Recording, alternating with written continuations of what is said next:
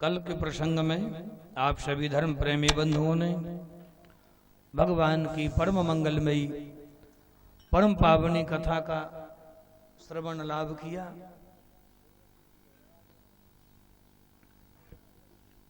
कल के प्रसंग में आपने प्रारंभ में ही गिरिराज गोवर्धन नाथ की शेष कथा श्रवण करी। तदुपरांत भगवान की महारास लीला, संक्षिप्त में उद्धव गोपी संवाद और कृष्ण रुक्मणी मंगल, कृष्ण रुक्मणी का विवाह। देवी रुक्मणी का पत्र जब कृष्ण को प्राप्त हुआ तो द्वारका से चल के कृष्ण आए कुंदनपुर में, रुक्मणी का हरण करके लेके चल दिए। जिन्होंने सामना किया उनको परास्त किया गया, युद्ध हुआ। रुक्मणी के बड़े भैया रुक्मी प्रतिज्ञा करके आए कि शिशुपाल चिंता ना कर, अभी मैं जा रहा हूं, बहन को लौटा के लाऊंगा, और यदि नहीं लाया तो मैं मुड़ के नगर में नहीं आऊं। भगवान कृष्ण के हाथों परास्त हो गया, लज्जावश लौट के नहीं आया। वहीं पर भोज कटक नामक नगरी बसाई, जिसका नाम कच्छ और भुज है। रुक्मणी को लेके भगवान कृष्ण द्वारका में आए। समय आने पर रुक्मणी के माता पिता द्वारका में आए, ऐसा वर्णन है। मुहूर्त निकाला गया, सगे संबंधी इकट्ठे हुए, विधिवत रूप से विवाह करके कन्यादान करके रुक्मणी के माता पिता लौट के चले गए। कालांतर में समय आयो, रुक्मणी के गर्भ से एक पुत्र ने जन्म लिया, नामकरण हो गया। इस बालक का नाम प्रद्युम्न रखा। प्रद्युम्न नाम का बालक छोटा सा 10-11 दिन का हुआ तो सम्रासुर नाम का एक दैत्य बालक को प्रसूति घर में से उठा के ले आए। रात्रि के समय आकाश मार्ग से जा रहा था। इस बालक को ऊपर से समुद्र में फेंक दिया। जैसे ही बालक को फेंका, एक मछली ने इस बालक को निगल लिया। रात्रि बीती, मछुआरों ने जाल डाला, वह मछली पकड़ में आ गई। उसी मछली को पकड़ के सम्रासुर दैत्य की रसोई में भिजवा दिया। रसोइयों ने जैसे ही मत्स्य को काटा तो इसके उदर में से मानव पुत्र जीवित निकला। अब सबको बड़ा आश्चर्य हुआ कि ये मछली के पेट में ये मानव पुत्र कैसे आ गया। ये लीला और रहस्य कोई जान ना पाया। सुखदेव भगवान कहते हैं, राजन, मायावती नाम की स्त्री भोजन बनाने को काम करे ही सम्रासुर की दासी थी। इसने इस बच्चे को ले लिया, पालन पोषण करने लगी। जब यह बच्चा थोड़ा बड़ा हुआ तो एक दिन देवऋषि नारद पधारे। अब नारद जी ने इस बालक की पूर्व जन्म की कथा इस मायावती को सुनाई और कहा कि देवी, ये तेरी गोदी में जो बालक है ये तेरा ही पति है। तू पिछले जन्म में इसकी पत्नी थी, तेरा नाम था रति, और ये तेरा पति था कामदेव। देवताओं ने शिव की समाधि खुलवाने के लिए शिव की शरण में भेजा। जब शिव तीसर नैन उघारा, चितवत काम भयहु जर छारा। भगवान शिव के तीसरे नेत्र की ज्वाला से कामदेव जल के भस्म हो गया। देवी रति रोती रोती भगवान शिव की शरण में आई। शिव की शरण में आई, भगवान शिव बड़े दयालु। रति कहती हैं भगवान मेरे पति को देवताओं ने धोखे से मरवा दिया, मैं बिना पति के रह नहीं पाऊंगी, आप मेरे ऊपर कृपा करिए, बड़े दयालु हैं। भोलेनाथ ने कहा देवी इस समय तो तेरा पति का शरीर नष्ट हो गया, ये बिना शरीर से ही तेरा पति संसार में सभी प्राणियों के अंदर निवास करेगा, इसका नाम होगा अनंग। अनंग नाम होगा बिना शरीर वाला। 28 के द्वापर में जब भगवान कृष्ण लीला करने के लिए अवतार लेंगे तो उनकी जो धर्म पत्नी होंगी श्री लक्ष्मी जी, उनके गर्भ से तेरे पति का जन्म होगा।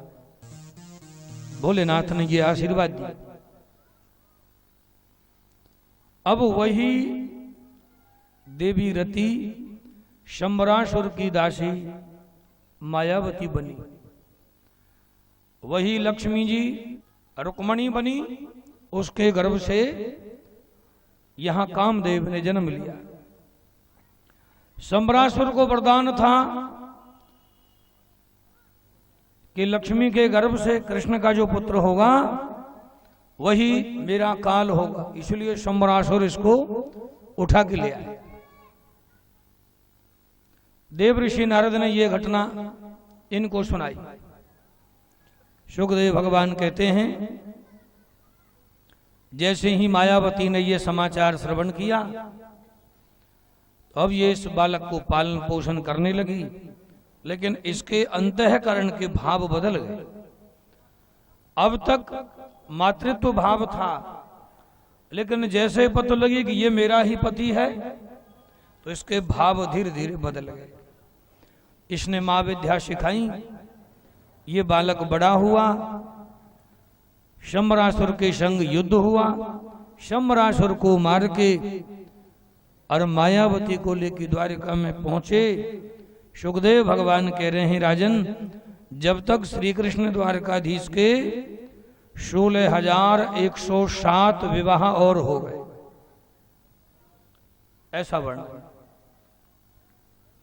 अब महाराज परीक्षित हाथ जोड़ के बोले भगवान ये लीला, ये रहस्य आप मुझे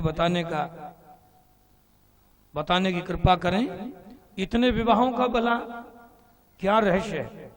सुखदेव भगवान विधिवत रूप से वर्णन कर रहे हैं कि द्वारका में प्रसेनजित और शत्राजित जो भैया थे, आसीत शत्राजित सूर्यो भक्तस्य परमं सखा प्रीतस्मै मणिं प्रदाद सूर्यस्तुष्ट समयंतकम। शत्राजित बड़े थे, सूर्य नारायण भगवान के परम भक्त। अब सूर्य नारायण भगवान ने प्रसन्न होके एक मणि शत्राजित को भेंट प्रदान कर दी। मणि का नाम है समयंतक मणि। इस मणि का प्रभाव दिने दिने स्वर्णरष्ट भारो से सृजति प्रभो दुर्भिक्ष मार्य अरिष्टानि सर्पाधि व्याधयो अशुभा। ये मणि रोजाना 8 भार स्वर्ण प्रकट करती थी। 8 भार, 4 व्रीहि यानी 4 धान के जो चावल के दाने होते हैं धान वाले, वो 4 दाने लेके उनका वजन तोल लो।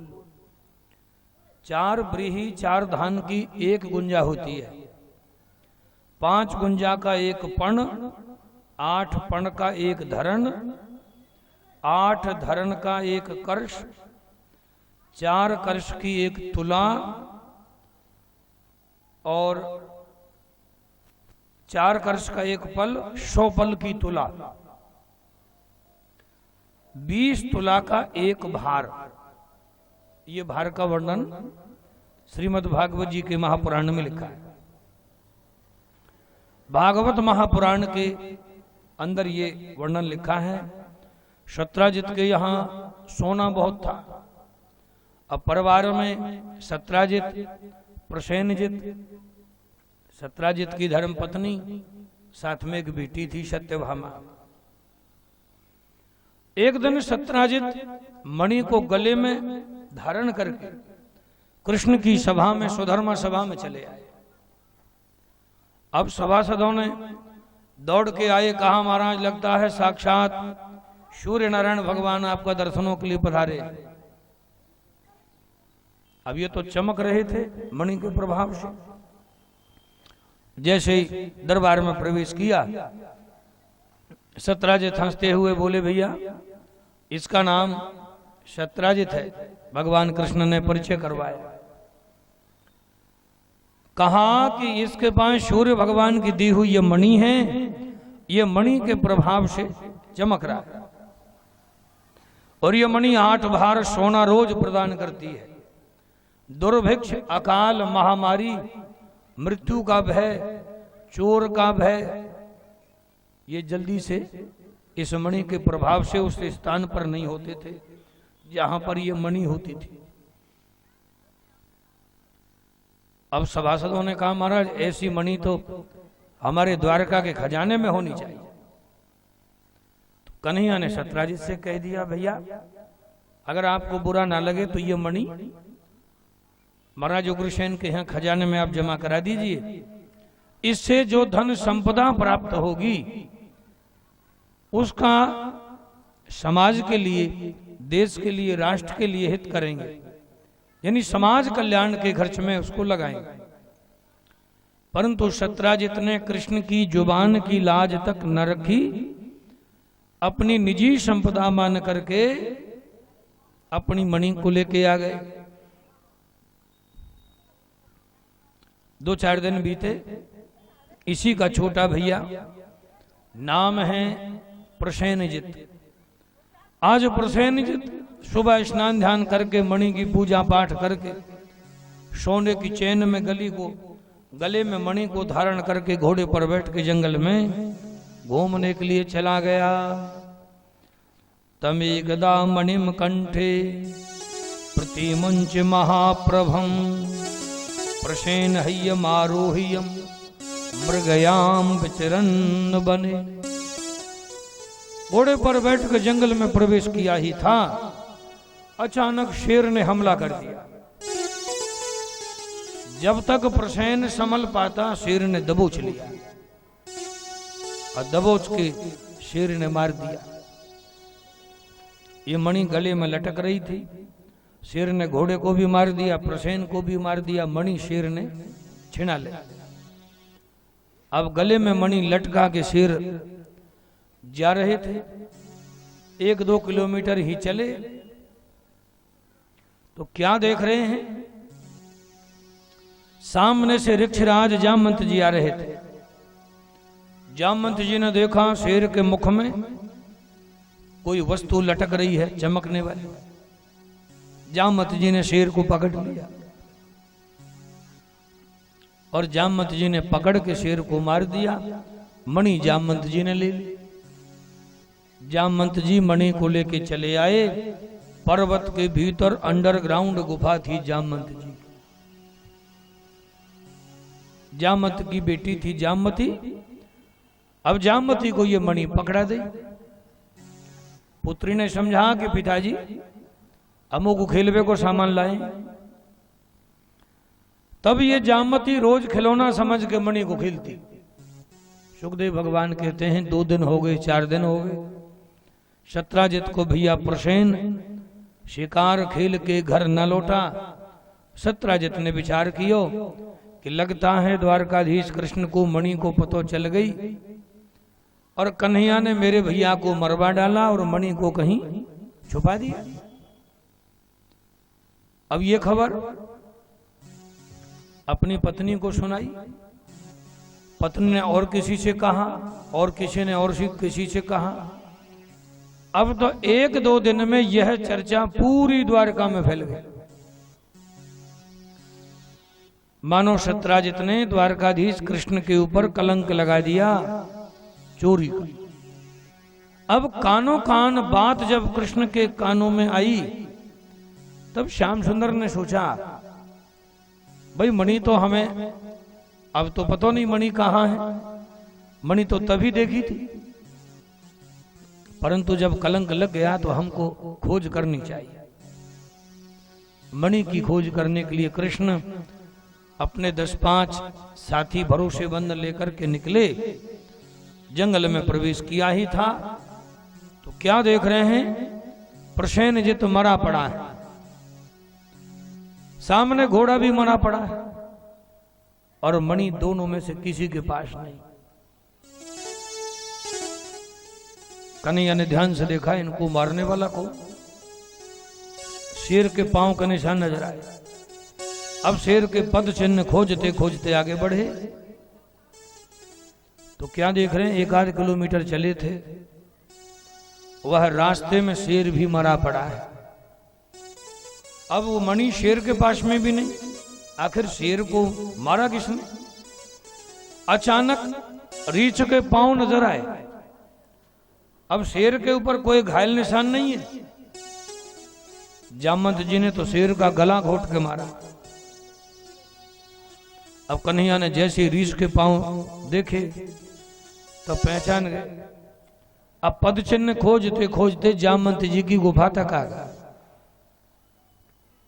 साथियों से कन्हैया ने कहा, भैया आप सब लोग द्वार पर ही रुको, गुफा के अंदर हम अकेले जाएंगे। ऐसा ना हो कि हम सबरे भीतर गुफा में घुस जाएं और बाहर से कोई जीव जंतु जानवर हमला कर दे तो सब मारे जाएंगे कि नहीं, बाहर निकलने का भी भागने का भी मौका नहीं मिलेगा। इसलिए तुम लोग द्वार पर पहरा दो, संभालो, अकेले हम अंदर ही जाएंगे, लेकिन हमारे लौटने का इंतजार करना, कहीं छोड़ के चले जाओ। ठीक है महाराज। सुखदेव भगवान कहते हैं, जैसे ही कन्हैया ने जामवंत की गुफा में प्रवेश किया, जामवंत जी सो रहे थे। जामवती दोपहरी में मणि से खेल रही थी उछाल उछाल के। अब कन्हैया चुपके गए और जाके जैसे मणि को छिड़ाने के लिए झपट्टा मारा, भय से जामवती बड़ी जोर से चिल्लाई। बेटी की चिल्लाने की आवाज जैसे ही जामवंत ने सुनी, जामवंत जी सो रहे थे, नींद खुल गई। पुत्री की पुकार सुनते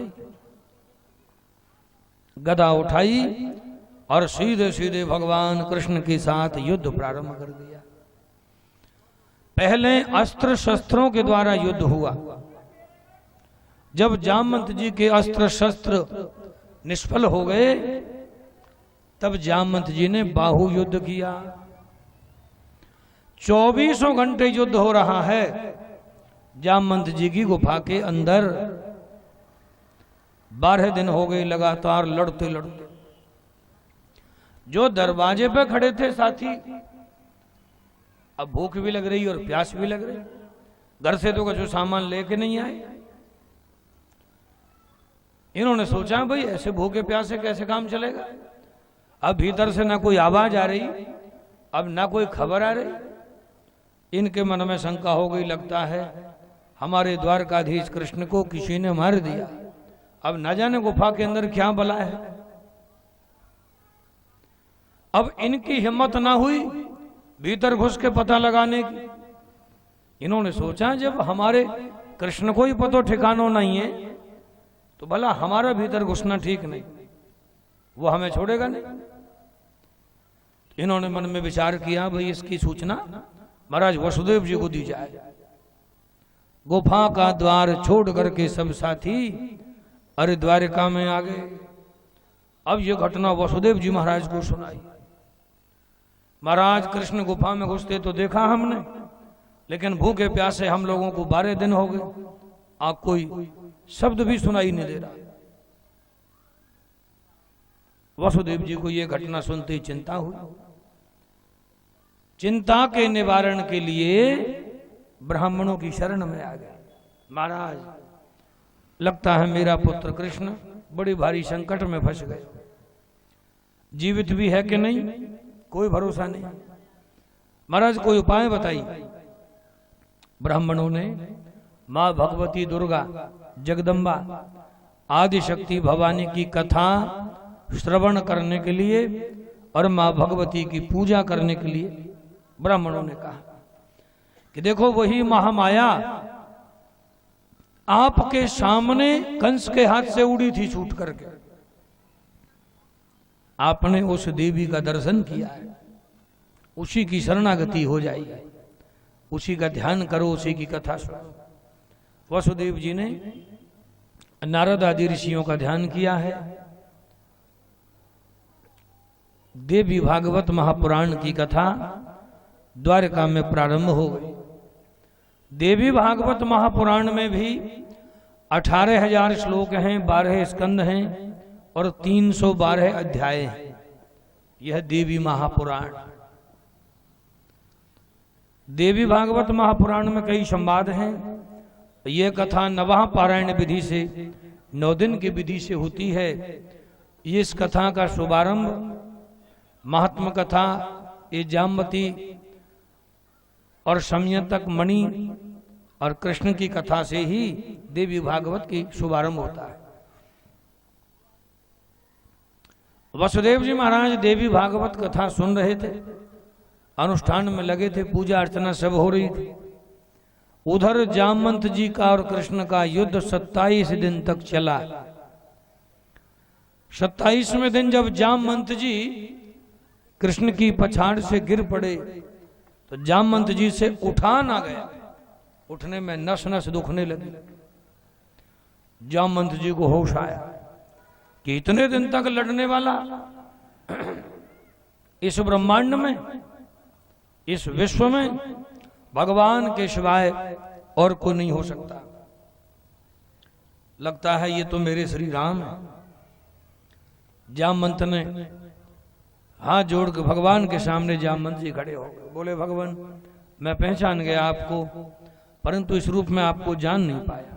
आप मुझे वही श्री राम रूप का दर्शन दीजिए जिसकी त्रेता युग में मैंने सेवा करी, दर्शन दिया और मेरे ही सामने आपने रावण, कुंभकर्ण, मेघनाथ जैसे शत्रुओं को पल में चकनाचूर कर दिया।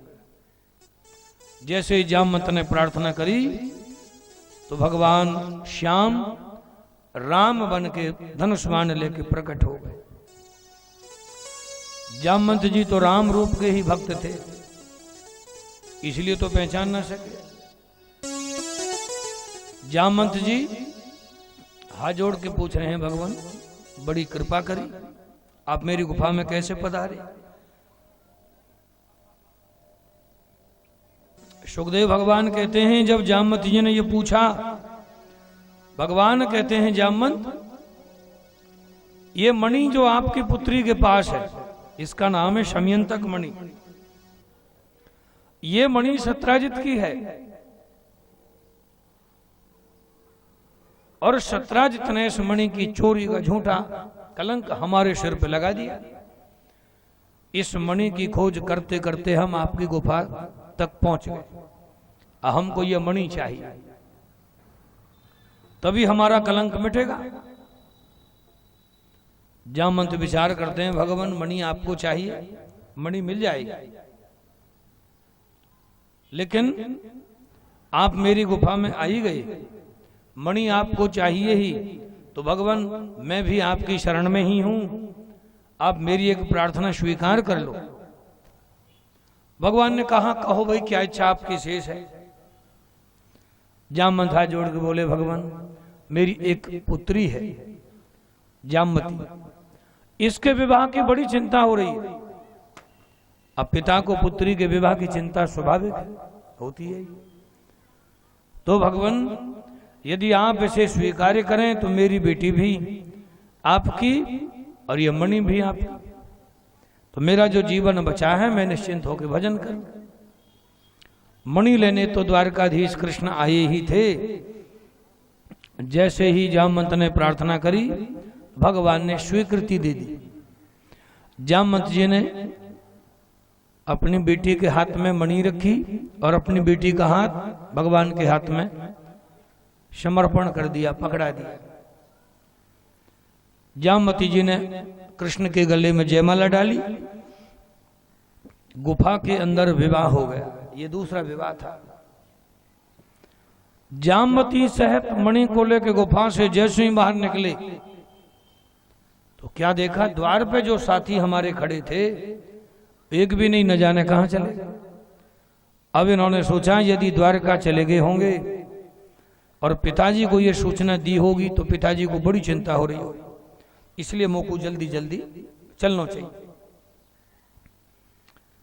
जामवती को लेकर कृष्ण द्वारका की ओर चले।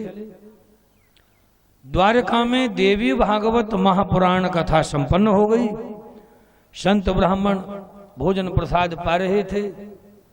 महाराज वसुदेव जी दक्षिणा बांट रहे थे। अचानक एक सेवक दौड़ के आया, महाराज बधाई हो, द्वारकाधीश कृष्ण जामवती के सहित कुशल लौट के आ रहे हैं। जैसे ये समाचार सुना वसुदेव जी प्रसन्न हुए। ब्राह्मणों से कहा, भगवान आपके आशीर्वाद से, आपकी अनुकंपा से मेरा जो पुत्र खो गया था उसकी मुझे प्राप्ति हो गई, आपने बड़ी कृपा करी। माँ भगवती जगदम्बा की अर्चना पूजन किया, कथा समाप्त हो गई। द्वारकावासी सभी प्रसन्न हुए। ये भगवान कृष्ण का दूसरा विवाह हो गया। बोलिए द्वारकाधीश भगवान की जय। आइए एक छोटा सा भजन कीर्तन आपको सुनवा देते हैं, आप मस्ती के साथ आनंद लेते हुए।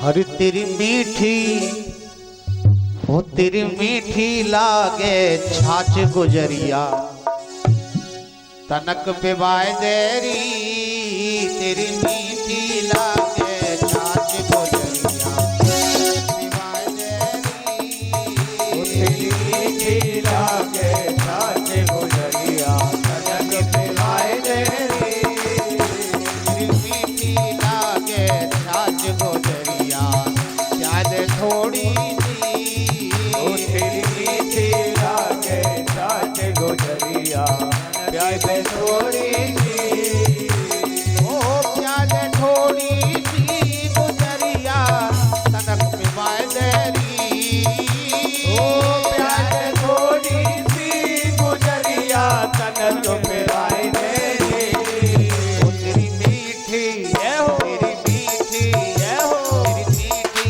लागे छाछ गुजरिया, तनक पिवाय देरी, ओ तेरी मीठी लागे छाछ गुजरिया, तनक पिवाय देरी।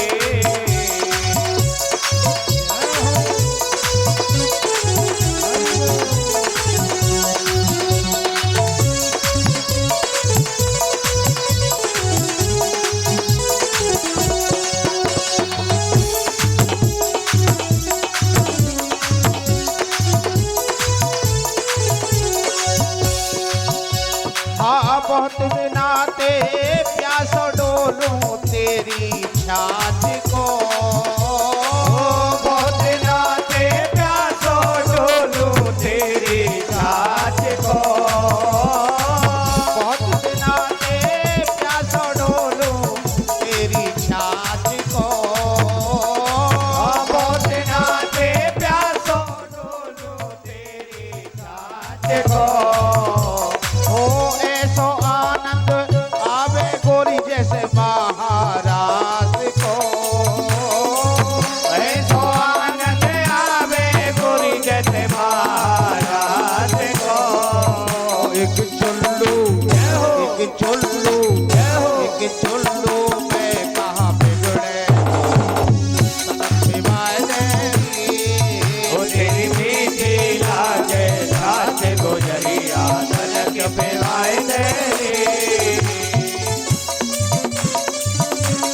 हरि बोल प्यारे।